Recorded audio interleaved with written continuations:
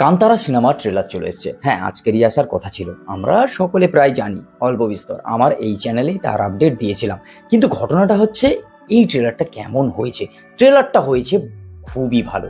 কেন বলছি, হোমবালে ফিল্মসের যে ধরনের ট্রেলার আসছে বা যে ধরনের সিনেমা আসছে সেটা একটা এক্সপিরিয়েন্স করার মতো। যেরকম তুমি যদি নারসিমার কথা ভাবো বা কান্তারার কথা ভাবো, আর এটা কান্তারা 2, এই সিনেমাগুলো একটা এক্সপিরিয়েন্স করার মতো সিনেমা। কেন বলছি তার কারণ ভিজুয়াল, কেন বলছি তার কারণ গল্প, কেন বলছি তার কারণ যে লার্জার দ্যান লাইফের যে ব্যাপারটা দেখানো হয়। ভাই, এই কথাগুলো না বলার আগে যখন আমি অনেকবার এই ট্রেলারটা দেখেছি, এই ট্রেলারটা কি আমাদের আশা পূরণ করতে পারে? এই ট্রেলারটার যদি আমরা কোনো রকম আশা না রেখে যদি দেখি, তাহলে প্রচুর আশা পূরণ করবে। আর যদি আশা রেখেও দেখি, তবু আমাদের সেই আশাটাকে মিট করতে পারে। কেন বলছি, যদি আমরা যখন রিভিউয়াররা কোনো ট্রেলার দেখি, অনেক কিছু দেখি, আমরা বিজিএম দেখি, আমরা যে সুন্দর সুন্দর যে ফাইট শট সেগুলোকে দেখতে চাই, আমরা ভিএফএক্স এর কাজ দেখতে চাই, আমরা যে হচ্ছে জিনিসগুলো যেভাবে কাটা হয় ট্রেলার সেটা দেখতে চাই। এইসব জিনিসগুলো না নিট অ্যান্ড ক্লিন আর স্মুথ ভাবে কান্তারা 2-তে দেওয়া হয়েছে। আর এই সিনেমাটা যেহেতু প্যান ইন্ডিয়া সিনেমা, আর তারপর যেহেতু এই সিনেমায় প্রচুর টাকা এবারে খরচ করা হয়েছে, বা এই সিনেমাটাকে একটা ইন্টারন্যাশনাল ভাবে হচ্ছে প্রেজেন্ট করার মতো একটা প্রজেক্ট, তাই এই সিনেমায় অনেক খুঁটিনাটি দেখার পরেও আমি এর যে খারাপ জিনিসগুলো প্রায় পাইনি বললেই চলে। আর সব থেকে বড় কথা, খারাপ কেন দেখতে যাব? কিছু কিছু জিনিস যেটা ভালো লাগছে, সেটা যদি হাজারো খারাপ হয় সেটা ভালোই লাগবে।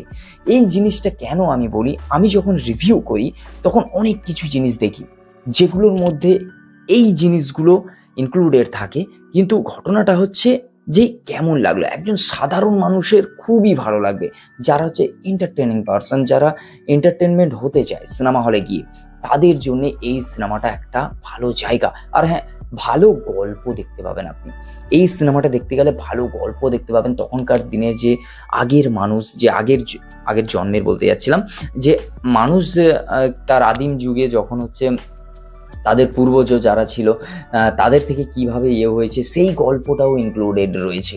আর কান্তারার গল্পটা তোমরা অলমোস্ট সবাই জানো। আর সেই জায়গায় দাঁড়িয়ে এটা একটু ডার্ক শেডে, কারণ তুমি যখন ট্রেলারটা দেখবে না, বেশিরভাগ শট মনে হবে রাতে, বা সেই ডার্ক ব্যাপারটা এই জায়গায় রয়েছে। আর সব থেকে বড় ব্যাপার, যখন নায়কের সঙ্গে নায়িকার একটা থাকবে, মানে প্রেমের একটা দৃশ্য থাকবে, সেই জায়গাটাও বেশ ভালো। যখন একটা ডায়লগ আসবে যে রাজা সিংহাসন নিয়ে ডুববে কিন্তু রানী, এবার সেটাই একটা মারাত্মক ডায়লগ।